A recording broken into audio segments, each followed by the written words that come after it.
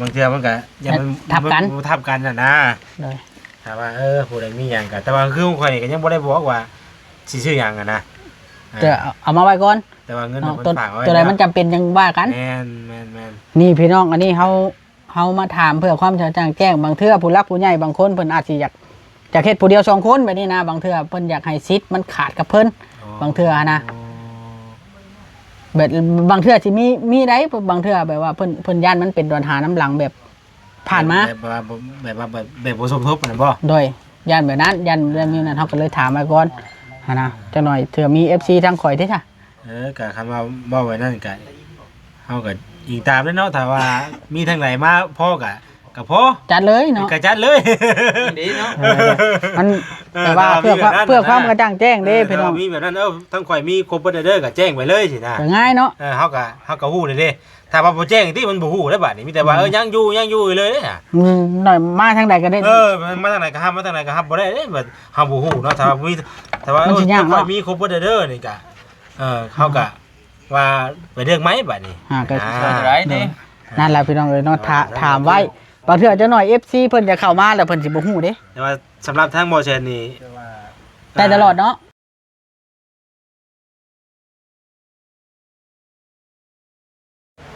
สบายดีพี่น้องสบายดีอยู่เฮือนเบาคำละกกชะคามใหญ่อีกคือเก่าเด้อพี่น้องมื้อนี้เนาะมาเบิดทีมงานเลยมื้อนี้ทีมงานเบาแสนทีมงานเบาบอสมาครบพี่น้องเนาะเบาเวียงไซเมื่อก่อนแล้วเพิ่นเอาเสามาส่งกับเบาตูซิดแล้วเมื่อเบาอลิก็มีภารกิจอยู่แต่ว่ามื้ออื่นพุ่นละเฮาจังสิไปดำเนินการภารกิจเฮาพี่น้องคือสิได้แบบว่ามาหาคำละตอนเช้าแล้วไปดงมะแง้วกลางเว้นบ่หรือว่าไปมาๆนะบัดนี้พี่น้องเนาะก็หลายบ่องหลายบ่อนบัดนี้นะแล้วก็บ่บอสเรากำลังเตรียมสิสั่งเครื่องช่างแล้วบ่บอสสั่งแล้วช่างไผน่ะสั่งเวียดคือโหดแท้ช่างคนเวียดบ่บอสสั่งเครื่องแล้วพี่น้องเอ้ยมาทีเดียวสิไปถ่ายน้ำเบาจ่อยกันนะเอ้าบ่บอสเจ้าคือนั่งสูงแท้เจ้าคือนั่งสูงแท้สบายดีให้เฮ็ดเวียกก่อนดีกว่าดีอยู่บ่เลยดีแล้วบ่ชมขี้ไก่น่ะดีแล้วตัวเสียแล้วนั่งเห็นนะครับฮะถามมึงด้วยฮะเดี๋ยวเพิ่นว่าหยังน่ะโอ้ยเว้าแต่พื้นกินมี่นี่จะเว้าหลายพื้นกินมี่นะมาเว้าแต่พื้นบ่บอสถามบ่บอสบ่ได้เอ้าสบายดีสบายดีข่อยเฮ็ดเด้ข่อยจังสิเอาไม้ใส่เจ้าคือได้คือเจ้านี่ข่อยสิต้องแม่นบ่เป็นวิธีไหนวะมันต้องเลยแกะออกบ่บ่แก้ได้ตุมึงเจ้าหาแนวหนีบมาใส่แล้วตะกี้ของข่อยมันมีแม่เล็กเลยมันนี่มันเฮียบัดเฮียบ่เฮียเบิดเลยโจทย์ไรจะเฮ็ดไปเฮ็ดมานี่เนาะมันมีไม้เนี่ยว่าพื้นมันเรื่องไม้มันรวมหน่อยเนาะมันเหมือนรุ่นมันเด้จริงๆแล้วมันพอดีเลยเนาะเนาะมันล่องมันได้ตุเนาะแต่มันบ่คาบบัดนี้เนาะเดี๋ยวข่อยสิเว้านี่ข่อยยังบ่ได้ต้องการความกระจ่างแจ้งอันเรื่องเคลื่อนเบาคำล่านี่ถือว่าเฮาหลายคนเนาะเบิดทีมงานเบิดกลุ่มเบิดแก๊งเบิดกระจ่างแจ้งอันนั้นว่าซั่นจ้ะบ่มันเป็นว่าเป็นระบบเปิดสมทบว่ามาทางใดก็ได้บ่หรือว่าจะได้นะตัวนี้คือ FC สามารถสมทบมาเลยเพราะว่างบมันบ่ทันได้มีเพียงพอบ่แบบนั้นก็ได้แบบนั้นบ่นะแม่นเพราะว่าเฮาบ่ได้มีหยังครบบ่เด้โดยมีแต่เสาเดี๋ยวนี้ตอนนี้มีเสาคือบ่ใช่ก็มีแต่งบ 7,000 บาทที่ว่าก็ยังบ่ได้ฮู้ว่าสิได้หยังอ่ะนะแต่เบิ่งก่อนเนาะผู้ใหญ่ทั้งหลายเข้าก็ได้พี่น้องเนาะก็บ่ได้ว่าผู้ใดมีทั้งหลายก็สมทบกันสินะแต่ว่าเฮาก็ต้องแจ้งกันว่าข่อยมีส่วนนี้แต่ละคนสินะถ้าว่าผู้ใดมีหยังก็แจ้งกันบอกกันว่าข่อยมีอันนี้เด้ออันนั้นเด้อสินะมันก็จะบางเทื่อมันก็ยังมันทับกันน่ะนะถ้าว่าผู้ใดมีหยังก็แต่ว่าคือข่อยก็ยังบ่ได้บอกว่าสิซื้อหยังอ่ะนะจะเอามาไว้ก่อนแต่ว่าเงินมันฝากไว้ตัวใดมันจำเป็นยังว่ากันแม่นนี่พี่น้องอันนี้เฮามาถามเพื่อความแจ้งบางเทื่อผู้รักผู้ใหญ่บางคนเพิ่นอาจสิอยากเฮ็ดผู้เดียว2คนแบบนี้นะบางเทื่อเพิ่นอยากให้สิทธิ์มันขาดกับเพิ่นบางเทื่อนะแบบบางเทื่อสิมีได้บางเทื่อแบบว่าเพิ่นย่านมันเป็นปัญหาน้ำหลังแบบผ่านมาแบบบ่สมทบนั่นบ่โดยย่านแบบนั้นย่านมีนั้นเฮาก็เลยถามมาก่อนนะจังหน่อยเถื่อมี FC ทางข่อยเด้จ้ะก็คันว่าบ่ไว้นั่นก็เฮาก็อีกตามแล้วเนาะถ้าว่ามีทางไหนมาพ่อก็ ก็พอ จัดเลยเนาะ กระจัดเลย ดีเนาะ มันแต่ว่าเพื่อความกระจ่างแจ้งเด้พี่น้อง มีแบบนั้นทั้งข่อยมีครบเด้อก็แจ้งไปเลยสินะ ก็ง่ายเนาะ เฮาก็ฮู้เลยเด้ถ้าว่าบ่แจ้งที่มันบ่ฮู้ได้บัดนี้มีแต่ว่ายังอยู่เลยเด้น่ะ หน่อยมาทางใดก็ได้ มาทางไหนก็ห้ามมาทางไหนก็ห้ามบ่ได้เด้แบบเฮาบ่ฮู้เนาะถ้าว่ามันสิยากเนาะ ข่อยมีครบเด้อนี่ก็เฮาก็ว่าไปเรื่องไหมบัดนี้ ก็ ไรนี่ นั่นแหละพี่น้องเอ้ยเนาะถามไว้บางเทื่อจะหน่อย FC เพิ่นจะเข้ามาแล้วเพิ่นสิบ่ฮู้เด้ แต่ว่าสำหรับทางบ่แซนนี่ ได้ตลอดเนาะ บ่มีแบบว่าแล้วอันเบิดเลยสินะครับมีก็มีแบบสิแหละคือบ่แซนแจ้ง สมทบเนาะ แม่น สมทบกัน มีแบบว่าผู้เล็กผู้ เนาะบ่คำ แม่น เอาเดี๋ยวค่อยไปหาคำลาก่อนเด้อ เนาะเพื่อ หลังไง หลังว่าให้เทือนเป็นหลังคือบ่ได้มันก็หลายอยู่พี่น้องเอ้ยเนาะถ้าว่าสมทบกันก็มันก็สิบ่นักบ่นึงผู้เดียวถ้าว่าผู้ละก็แล้วแต่ทางแม่นก็แล้วแต่เฮาก็ว่าบ่ได้ตัวนี้เนาะมันก็ขึ้นอยู่กับทางผู้หลักผู้ใหญ่มันคือเก่าแหละพี่น้องแม่ก็ได้เพิ่นว่านี่แหละก็ว่าตามเพิ่นบ่แหละ เลยโอเค ครบก็ว่าก่อยสิเฮ็ดครบไปเลยก็เฮาก็ดีใจนำนะพี่น้องแล้วก็แล้วไปเฮาก็สิบ่ได้แบบว่าเฮาก็ได้ฮู้ได้มีบางเทื่อมีผู้ใหญ่ถามเนาะบางเทื่อมีผู้ใหญ่ถามก็ บันทึกคลิป เฮาก็สิได้บอกเพิ่นว่ามีครบไปแล้วนำผู้นั้นผู้นี้ก็ว่าไปบ่ได้แต่ว่ายังบ่มีก็ยังว่าบ่มีเขาว่ามีครบไปแล้วนำผู้นั้นผู้นี้เฮาก็บอกเพิ่นไปเลยสินะ ถือว่าทางเพื่อนบอกคำลานี่สามารถสมทบมาได้ตลอดเด้อพี่น้องเนาะบ่ว่าสิเป็นทางใดทาง YouTube ท่านใดก็ได้พี่น้องเอ้ยเนาะทางทีมงาน ว่าก็แจ้งกันนั่นนะคือค่อยว่าแล้วบ่ได้มีหยังสิซื้อหยังก็ โอเคเดี๋ยวค่อยไปหาคำลาก่อนเด้อ ได้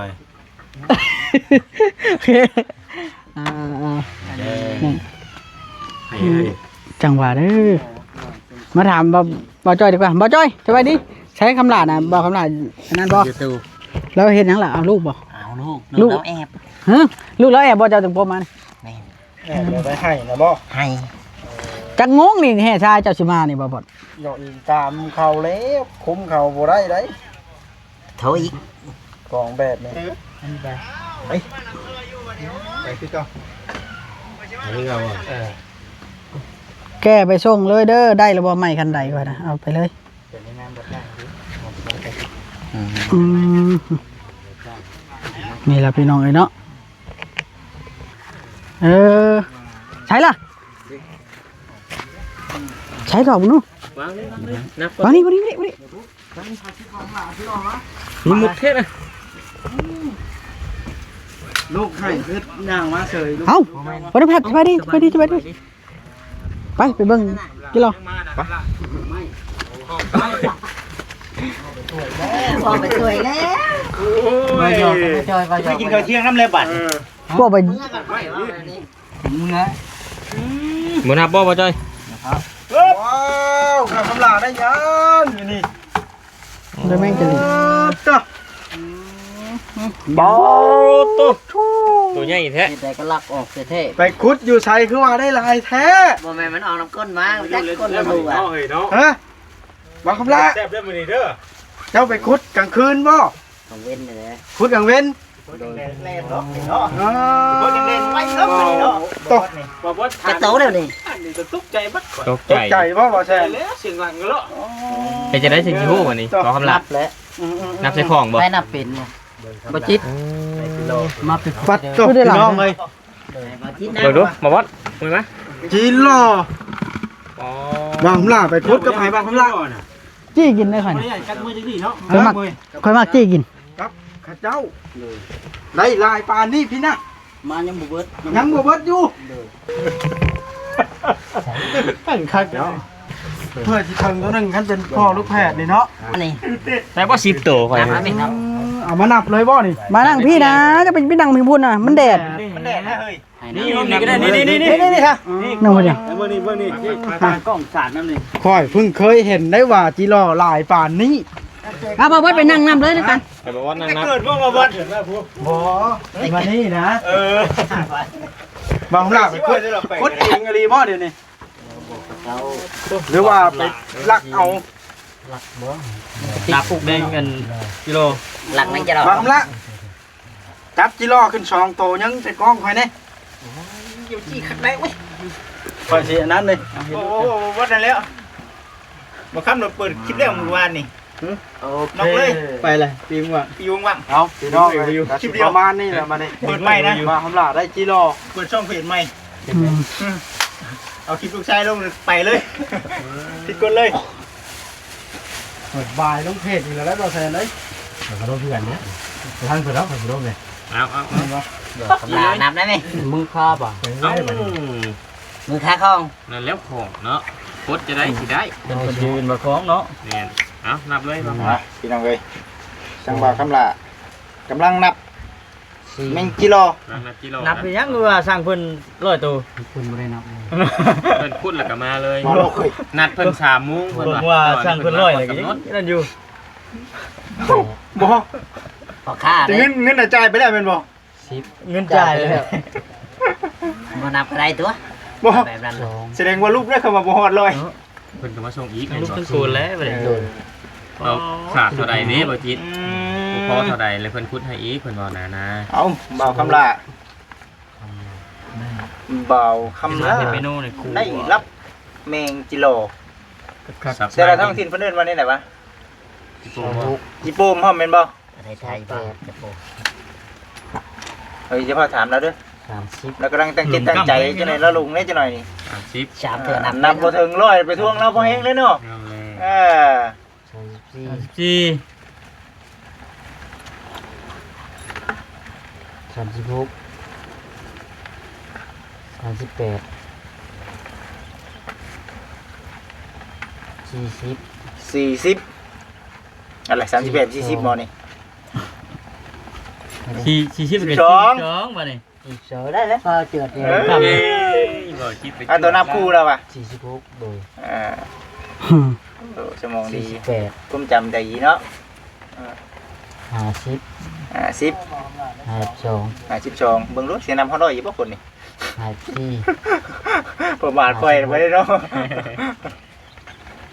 58 60 60 62 62 64 64 66 66 68 68 70 70 72 74 รอคำลาได้ก็จะรอพี่น้องเอ้ยน้องบาบอสรอคำลาได้จะรอเดี๋ยวนี้เบาลี่ถือไม้มาแล้วเว้าเดี๋ยวนี้คำลาได้จะรอนะ ได้จิกโต เป็นร้อยเป็นแล้วตามเบิ่ง 72 วัดร้อยอยู่เนาะ 84 76 เปิดสิได้ 88 90 9ครึ่ง 92 วัดร้อย 94 96 เด็ด 98 อ่า ขอแฮนเบิ่งให้ได้ สิบ่เทมาจังดีเนาะ บ่เทมให้ได้บ่จักตัวนี่ 99 99 ร้อย ร้อยถ้วนนะ ร้อยทวนเลย ร้อยถ้วน โอ้ยนี่มีแทนอยู่ เออ สี่ 6 แล้วก็แทนอยู่ 8 สิบ โอ้10ตัวเลยนี่ 112 สี่ 114 16 18 เช้า โอ้ โอ้ แทนสบายตัวอีก เช้าสองได้เบาดี โอ้เป็นแถมบ่เพิ่นจะมาคิดเอาเงินอีก มื้อเพิ่นช่าง200บ่ เห็นบ่ คือนี่เบาเวียงว่าช่าง200 เห็นบ่หวยเห็นบ่เอาเช้า สี่ ชื่อตัวเดียวแล้วพ่อกินน้ำเนาะ แปด แปดกินเนาะ 40 40 42 42 44 44 46 46 48 4810เด้อนี่โอ้150แล้วเนาะ 9 60 160 เลย โอ้ ยังอีก 40 มุ้ยปีกเยอะเกินสุดท้าย สองอยู่นี่250 อืม อีกร้อยนึง เอ้าสำหรับบ่เชฟกิน มา60อีกนี่ เลย เฮ้ยนี่ 40แล้วอ่ะ ยัง40ดีล่ะ กิโลสั่งน้ำลาว200ปลาย แม่นบ่ อ๋อ อ๋อ 200เท่าไหร่ล่ะ 250 250 เดี๋ยวไพ่เป็นผู้ชายโพดมันออกบ่แล้ว แสนเดียว เอา ผมโพดเลยบ่ บ่แซ่บ เบี้ยมจะคุมครับ บาดแล้วบ่แซ่บได้พอดีได้แล้วมื้อนี้เนาะ มักได้ เยอะวะเยอะ โคจริงเราได้ผมโพด อย่ามาคืองัวก้อยงัวอย่างว่าบ่ได้ติเราดีมากบอกผมโพดเราดีที่เก่ามาคุม เคยบ่เบาดิ บ่ค่อยว่ากินแต่ลาบงัวนะ เอ้ย ได้หลายเติบอยู่ดอก ได้เต็มอยู่ ไรเตอะ ไปสิไปเนาะเตรียมพร้อม ได้กิโลครับ ไปอยู่พุ่นแล้วไป ไปอยู่สร้างบ่ ไปอยู่สร้างพุ่นแล้วบอลมีน้ำมีในพุ่นแหละคือต้องเลยเนาะ ทางไหนบัด มึงน้องละไปทางคุณบ้านทาง แม่น โอเค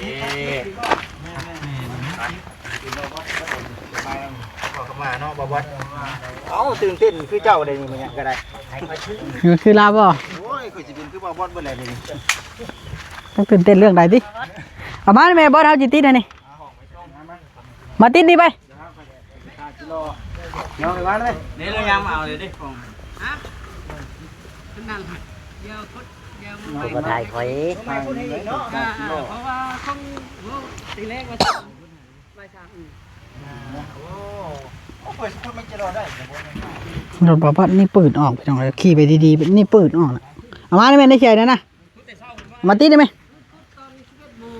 โอ้ย11 โมงอันนี้ก็บ่ายโมงกว่า บ้านชมมันคือ ตัวได้เด้นี่ จักหน่อยประมาณบ่ายโมงหรือประมาณ2 โมงเขาออกมาอีก อย่ามาให้ค่อยได้กิโลค่อยไม่ได้อยากได้กิโลได้ ไม่จะได้ ใส่ขี่แล้วขวดแล้วปุ๊ ข่อยยังสิเอาเด้ ถ่ายรูปไหมได้ กดถ่าย เรื่อง ข่ ไห อน ยจะ บ้า ข่าวน น้ำ เบิ่งค่อยสิถ่ายโพสต์จิรอค่อย โอ้ยยืนเท่ชื่อได จะท่าได้ที่นี่ ถ่ายแล้ว ยังไหน เอาถ่าย กำลังไปคุณจิโร่มาแล้ว โอเคขอบใจขอบใจไปไปไป เดี๋ยวเมียไปคุณจิโร่ป่ะผมถ่ายจิโร่นี่ นอกรถไว้ก่อน เดี๋ยวลอกไหนบอสไว้ใครนั่ง ไข่ลิ้นให้เนาะไข่ลิ้นยุบสั้น ยังไม่ได้จกเลยยังไม่ได้จกคลิปมานั่งเคียงกันให้เจ้า นี่ไงสัมภาษณ์เลยอีกว่าอย่างกูได้ว่าเนาะ ว่ารู้แล้วว่าดูเมนฮะคอยถ่ายอยู่ว่ารถคอยถ่ายอยู่นะ ว่าได้ นี่กินกูกันบ่ได้จะแดง ว่านี่บ่แสนจะเกิดอุบัติเหตุบ่ บ่ยากแต่ว่ามัน เกือบบ่ไปได้เรื่องเล่าเป็นอะไรเอาเราชุดข่อยพังนู่น โอ้ยอันนั้น เด็กน้อยบ่ ไปเด้พี่น้องขี่รถมานำทางแหละหม่องที่ว่าเฮาใกล้สิฮอดหม่องทางแวะเขาเฮือนเขาเจ้าอ่ะเด้หม่องนั่นแหละเห็นว่าเจ้าออกไปเจ้าสิเห็นแล้วหรอกอันว่าละหัวที่มันมุนอยู่หั่นน่ะอยู่ข้างๆน่ะเพราะว่า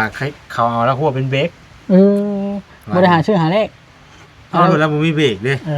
ข่อยก็ลังอัน เข้ามาเขาน่ะกำลังมาแต่ว่าเขาน่ะขี่รถไว้ประมาณกันว่าคร่าวๆเนาะเขาจะขี่รถอยู่ประมาณ 40 เกือบเช้าพุ่นแหละ เกือบเช้า ว้าวได้ตกใจเลยว่าแซน เอาเกือบเช้าได้ทางนี้เด้เช้าดีกว่าประมาณ10 ปลาย 16นี่แหละประมาณนี้แหละชาตามาแล้ววันนี้เขาเห็นรถข่อยมาจอดรถข่อยน่ะ เกือ จอด บ รถ เช้า ข่อยน่ะจอดรถได้ข่อยน่ะเพราะว่ามันเห็นเด้เห็นนะเฮาก็ดีบ่ได้บัดนี้เพราะว่าหัวขานี่กับหัวขานี่กับหัวเอาตรงมาแล้ว แข็งบ่เจ้าน่ะ แข็งเลยข่อยจับพวงมาลัยอยู่นิ่งๆคิดแหละ เอาแล้ว วันนี้เขาใกล้จะมาฮอดแล้วเขาหักรถเขาอัน โอ้ย หักหัวเลย เอาไข่มาต้มเอิ้นควันได้นี่ เขาก็บ่ได้เป็นหยังหัวมันก็เพชร ตกใจบ่เจ้าตกใจแฮงบ่ ตกใจ จนชั้นข่อยเห็นยาวานนี่เจ้าน่ะ ชันนั่นเนาะย่านมาแล้วโอ้ย สั้นบ่ ชันนั่น ยัง ย่าน ถือว่ายังโชคดีอยู่ได้เจ้าน่ะ แต่ว่าโชคดีอยู่พี่น้องว่าไม่มีไผเป็นหยังถ้าว่าตามเฮากับพิษคือเก่า ไปได้กับพิษน่ะ เอ้าเขาตามเฮาเนาะ รถใหญ่บ่ เฮารถใหญ่เขารู้จัก รถใหญ่น่ะพิษบ่เฮ้ย พิษอะไร ว้าวลีว้าวแซน เอ้าเขาจอดอยู่ซื่อเพิ่นมาตามเฮากับพิษคือเก่าเลย แล้วบ่ได้เจ็บบ่คนตำหัวน่ะ บ่แล้วก็บ่ได้เจ็บหยังเลยแล้วก็บ่ได้ล้มเลยถ้าบ่ได้ล้มพี่เราโค้งเราคั่วไปซื่อแต่ว่า ไข่อยู่ รถก็บ่ได้เป็นหยังเราน่ะรถก็บ่ได้เป็นหยัง บ่มีผู้เจ็บไข่แห้งเนาะ อืม คือว่ายังเป็นบุญ อ้าวมีแต่ว่าให้ระวังไว้บ่ว่าผู้ใหญ่ผู้รถใหญ่ผู้รถน้อยเนาะมีแต่ระวัง เริ่มอุกแล้วค่อยน่ะเนาะ กูนั่นได้18 นาทีเลย เออ ข่อยถ่ายทำถ่ายจิโร่น่ะบ่ใช่มันจบคลิปน่ะ ท่านเจ้าเอ้ย บ่เบิดแล้วนะแล้วก็ ม ลุเนาะนี่เนาะ ดูว่าได้สีโฟทูบสิได้ โคตรฮู้ได้ดีได้ เอาโอเคบัดนี้ค่อยสิขอโตกันได้บัดนี้น่ะพอแพทย์มาล่ะเบิ่งสิถ่ายเอานี่เด้นี่ สบายดี ลอยบ่เผ็ดแล้วแต่ผมใหม่บ่นี่ แม่นเปิดหลังคาไหม เปิดหลังคาใหม่จังพอแล้วซะคุณน่ะ เอาจบเถิน บ้าคำลา โอเคพี่น้องเด้อ คุณใต้ไฟอีกบ่น่ะ สบายดีเด้อพี่น้อง ไปที่โด ไม่จะออกอันเฮา